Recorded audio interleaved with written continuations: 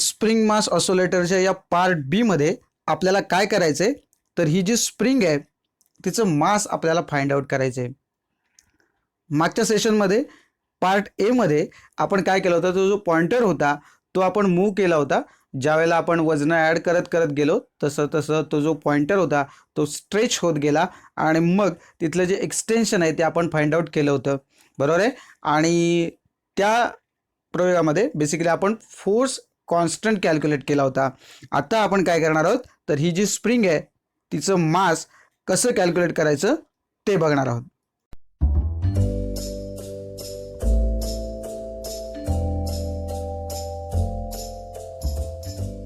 इथे आपण काय करणार आहोत बघा, ही जी स्प्रिंग तुम्हाला दिसतीये याला जो वजन आपण लावलंय ते आपण थोडंसं खालच्या साईडला असं स्ट्रेच करणार आहोत आणि याचं ऑसिलेशन आपण स्टार्ट करणार आहोत.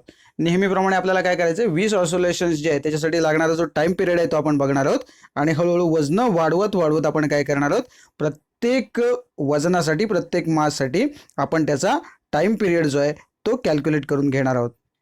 जर या ऑब्झर्वेशन टेबलकडे लक्ष टाकलं तर दुसरा जो कॉलम तुम्हाला दिसतो टोटल मास कॅपिटल एम, आपल्या प्रॅक्टिकलच्या नोटबुकमध्ये तिथे के जी असं लिहिलं आहे, मी इथे ग्रॅम असं लिहिलं आहे. कारण आपण त्या स्प्रिंगला जे मास अडकवणार आहोत ते 50 ग्रॅम 100 ग्रॅम 150 ग्रॅम अशा पद्धतीने अडकवणार आहोत. के जीचं जे मास आहे आपलं बेसिकली आपल्याला माहिती आहे सोनोमीटरमध्ये आपण वापरतो आणि ही जी स्प्रिंग आहे ही आपल्याला इथे ताणायची आहे. त्यामुळे इथे जर के जीमध्ये लिहिलं असेल तर तुम्हाला काय करावं लागेल, तर हे जे मी आत्ता ग्रॅममध्ये तुम्हाला लिहिलेलं दिसतंय 100 150 200 अशा पद्धतीने लिहिले, तुम्हाला काय करावं लागेल तर इंटू 10⁻³ के जी एवढं तुम्हाला लिहावं लागेल के जीमध्ये जर लिहायचं असेल तर. ओके, कारण मग 100 ग्रॅम म्हणजेच तुमच्या भाषेत 10⁻³ म्हणजे 0.1 के जी असं तुम्ही लिहू शकता किंवा 100 × 10⁻³ के जी. सो तुम्हाला जे सुटेबल वाटेल ते तिथे लिहा. मी इथे प्रत्यक्षामध्येच ग्रॅम असं लिहिलं आहे त्यामुळे मी डायरेक्ट 100 150 200 असं लिहिलं आहे. ओके, सो तुमच्याकडे मी 2 ऑप्शन्स देतो, 100 × 10⁻³ के जी असं लिहा किंवा 100 × 10⁻³ याचाच अर्थ 3 डेसिमल पॉईंट आपल्याला शिफ्ट करावे लागतील लेफ्ट साईडला, त्यामुळे मग तो 0.1 के जी, 100 ग्रॅम म्हणजे के जीमध्ये 0.1 के जी होईल. ओके, सो 0.1 0.2 या पद्धतीने आपल्याला लिहावं लागेल. कळले? सो या पद्धतीने तुम्ही बदल करू शकता. आता मी मुद्दामून इथे जे मास आहे ते 100 पासून स्टार्ट केलंय बघा. जनरल केसमध्ये आपल्याला दिसतंय की हे 50च्या पटीत आहे, तर मी 50 का घेतलं नाही आहे ते इथे तुम्हाला सांगतो. कारण इथे आपल्या पुस्तकामध्ये एक ऑब्झर्वेशन जे आहे त्या ऑब्झर्वेशनमध्ये त्यांनी मास ऑफ द हँगर असं म्हटलं आहे. तर जनरल केसमध्ये आपल्याकडे जो आपण हँगर वापरतो तो मुळातच हँगर प्लस त्याला जे जोडलेलं वेट असतं ते टोटल मिळूनच 50 ग्रॅम असतं आपल्याला माहिती आहे. आणि मग आपण एक एक वेट त्याच्यामध्ये ॲडअप करत गेलो आहे. मागच्या त्या पार्टमध्ये आपण हे बघितलं. त्यामुळे आत्ता आपण असं कन्सिडर करणार आहोत की तो जो हँगर आहे विथ अटॅच दॅट वेट ते ऑलरेडी त्याला अटॅचच आहे, बरोबर आहे. तर त्याचं जे टोटल मास आहे ते 50 ग्रॅम आहे आणि म्हणून आपण त्याला मास ऑफ द हँगर ट्रीट करणार आहोत. मास ऑफ द हँगर ज्याला पुस्तकामध्ये मला वाटतं स्मॉल m0 असा सिम्बॉल वापरला आहे, तर ते जे आहे ते तुम्हाला काय करायचं आहे तर 50 ग्रॅम लिहायचं आहे. ओके, ह्याच्यासाठी मग काय केलं आहे, मग एक एक वजन जेव्हा आपण ॲडअप करत जाणार तेव्हा त्या 50 ग्रॅमच्या त्या हँगरमध्ये आपण आणखीन 50 ग्रॅम जेव्हा वजन ॲड करू प्रत्यक्षामध्ये तेव्हा त्याचं टोटल मास किती होईल तर 100 होईल. आणि म्हणून मग आपण 100 पासून ही जी रिडिंग्ज आहेत ती लिहायला सुरुवात केली आहे. आता याची 20 ऑसिलेशन्स आपण मोजणार आहोत. ही किती वेळा मोजायची आपल्याला 3 वेळा मोजायची आहेत. त्याची सरासरी काढायची आहे आणि मग ती जी सरासरी आलेली असणार आहे ती कशासाठी असणार आहे तर 20 ऑसिलेशनसाठी असणार आहे. आणि म्हणून एका ऑसिलेशनसाठी आपल्याला जर टाइम पिरियड काढायचा असेल तर टी इज इक्वल टू काय होईल तर T/20. सो 20ने भागावं लागेल म्हणजे एका ऑसिलेशनला सरासरी लागणारा वेळ आपण फाइंड आउट करू. आणि मग पुढचा शेवटचा कॉलम जो आहे तो T² म्हणजे कॅपिटल T² आहे.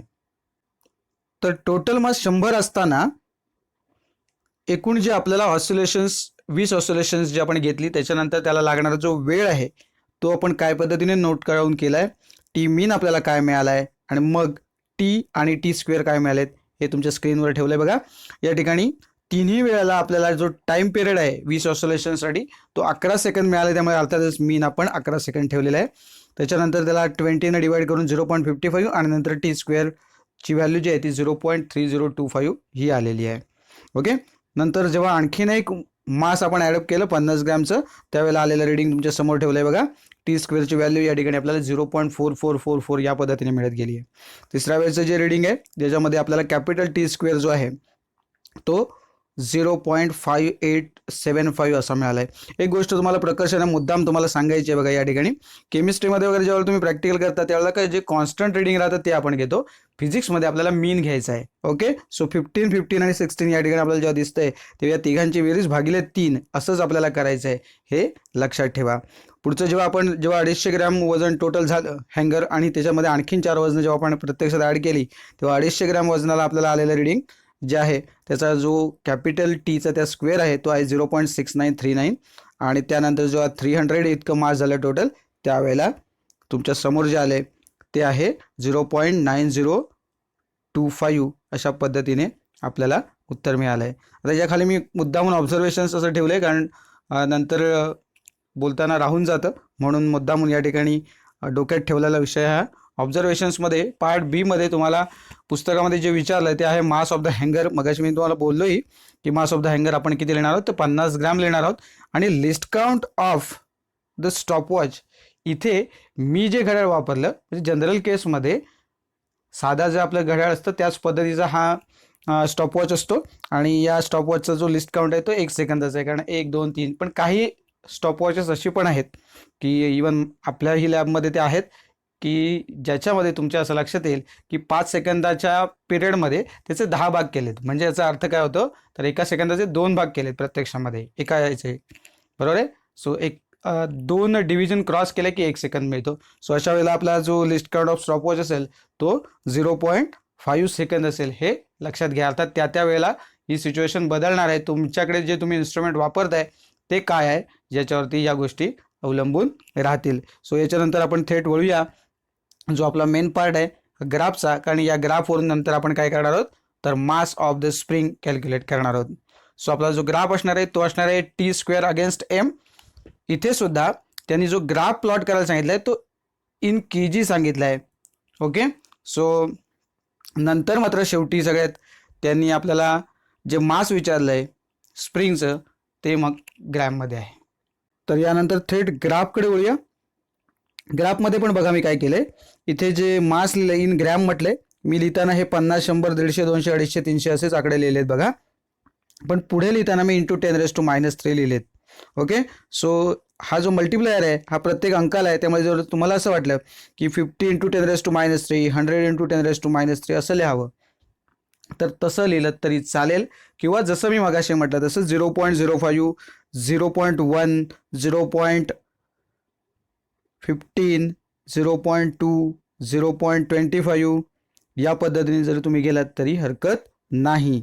ओके. आता या ठिकाणी स्केल जे आहे ते तुमच्या समोर आहे बघा. 1 सेंटीमीटरवरती मी 0.1 सेकंड स्क्वेअर घेतलेले आहेत वाय ॲक्सिसवरती, आणि एक्स ॲक्सिसवर जर बघितलात तर तुम्हाला दिसते 2 सेंटीमीटरवरती मी 50चा मार्क केला आहे आणि त्यामुळे 1 सेंटीमीटरची जी किंमत आहे ती 25 ग्रॅम आहे आणि म्हणून इथे 25 × 10⁻³ kg असं लिहिले बघा वरती एक्स ॲक्सिसचं स्केल. आता बऱ्याचदा मी काय करतो बघा, नेहमी ग्राफ प्लॉट करत असताना 2 सेंटीमीटरचे जे अंक आहेत ना ते तिथे लिहिलेले आहेत, पण लिहिताना काही मुलं काय करतात मग 2 सेंटीमीटर = 50 ग्रॅम असं लिहितात. तर ते तसं लिहायचं नाही आहे. आपल्याला 1 सेंटीमीटरची जी किंमत आहे तीच लिहायची आहे. मी काय करतो जनरली की जरा सुटसुटीत दिसावं म्हणून मधले अंक जे आहेत ते आपण लिहित नाही. म्हणजे हे इथे खरं तर मग तुम्ही 25, 50, 75 अशा पद्धतीने ते लिहिलं पाहिजे. फक्त ते सुटसुटीत दिसावं आणि आपल्याला कळतं की 50 आहे याचा अर्थ 2 सेंटीमीटरवर 50 म्हणजे याचा अर्थ मधली जी लाईन आहे ती 25ची लाईन आहे, हे कोणाच्याही सहज लक्षात येतं. आणि म्हणून जरा नीटनेटकं दिसावं यासाठी आपण काय करतोय तर 2 सेंटीमीटरवरती ते मार्क केलेले आहेत, पण स्केल लिहिताना मात्र 1 सेंटीमीटरची व्हॅल्यू लिहायची. ओके. सो या पद्धतीने ते आपण लिहिलं आहे.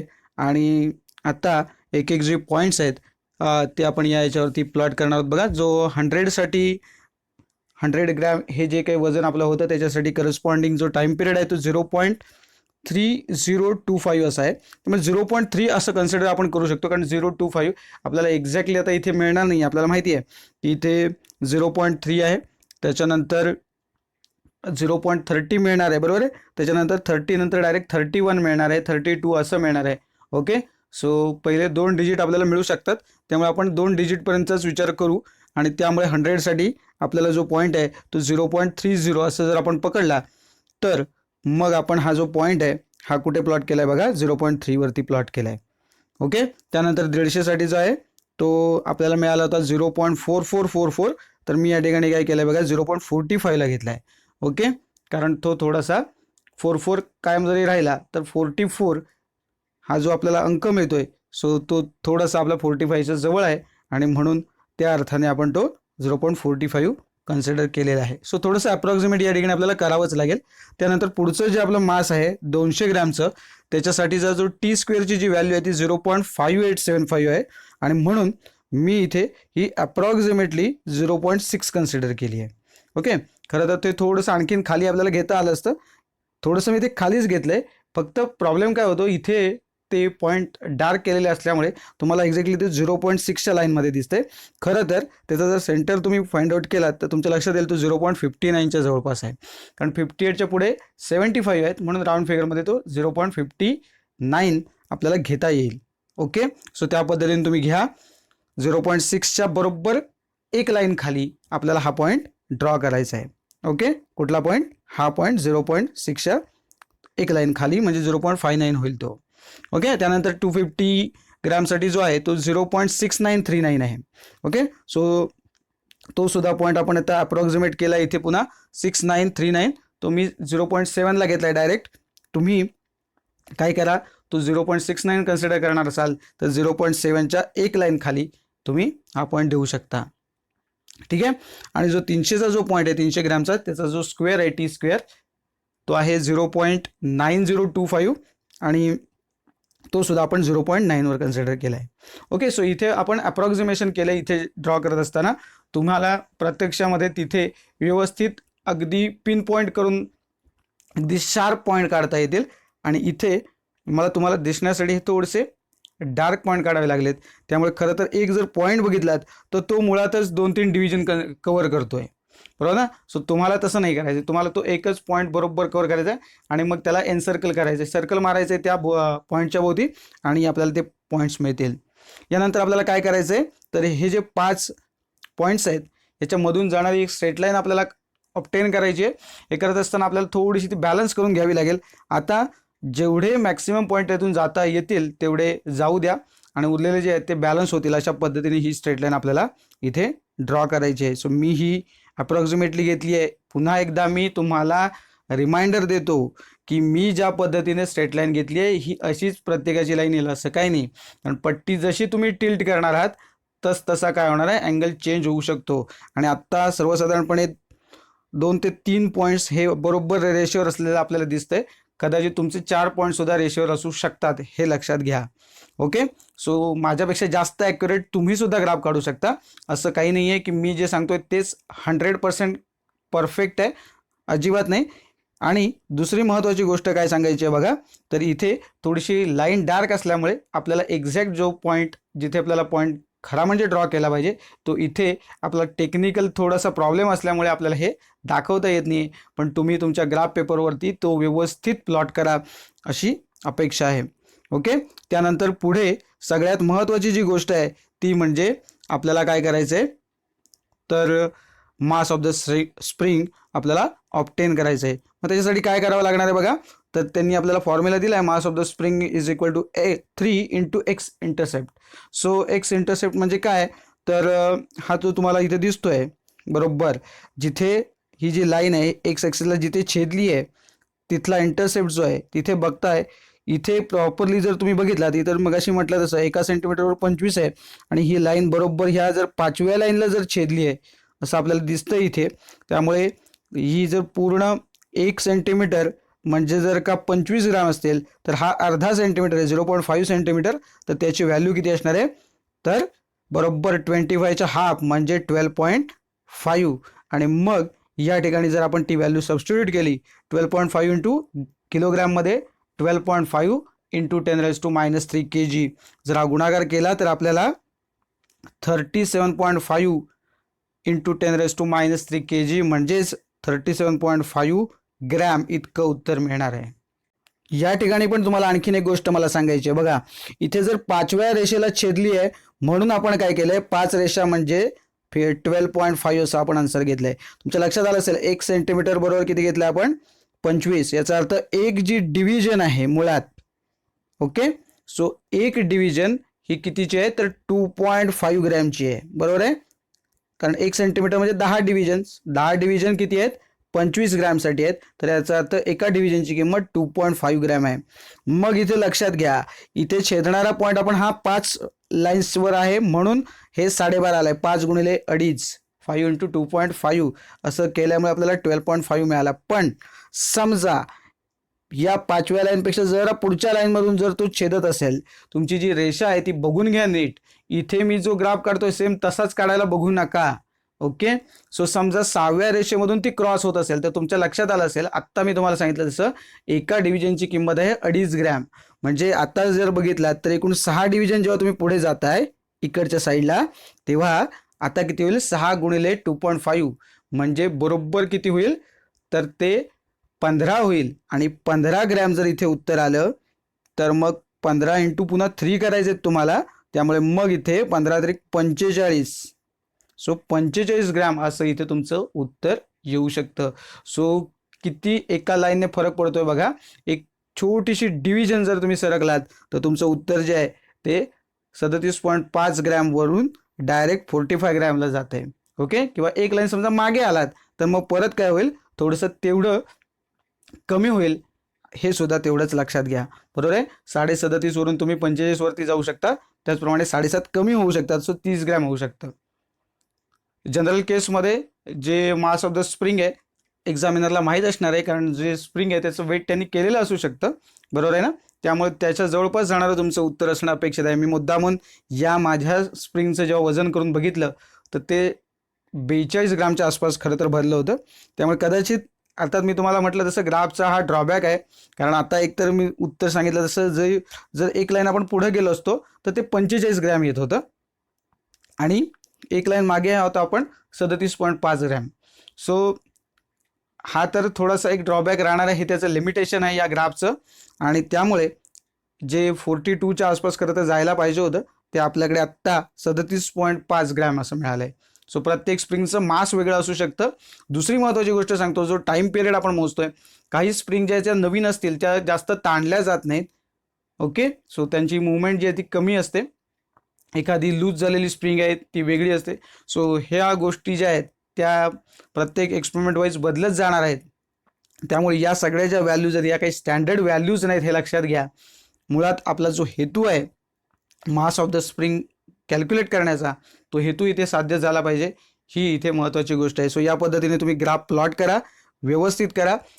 जसा मी ग्राफ काढला आहे तसाच ग्राफ काढू नका, हे फक्त एक गाईडलाईन म्हणून वापरा आणि तुमचा ग्राफ जो आहे तो तुम्ही काढा आणि मग जे तुम्हाला उत्तराचं समाधान मिळेल हे सगळ्यात मोठं तुमचं यश असेल.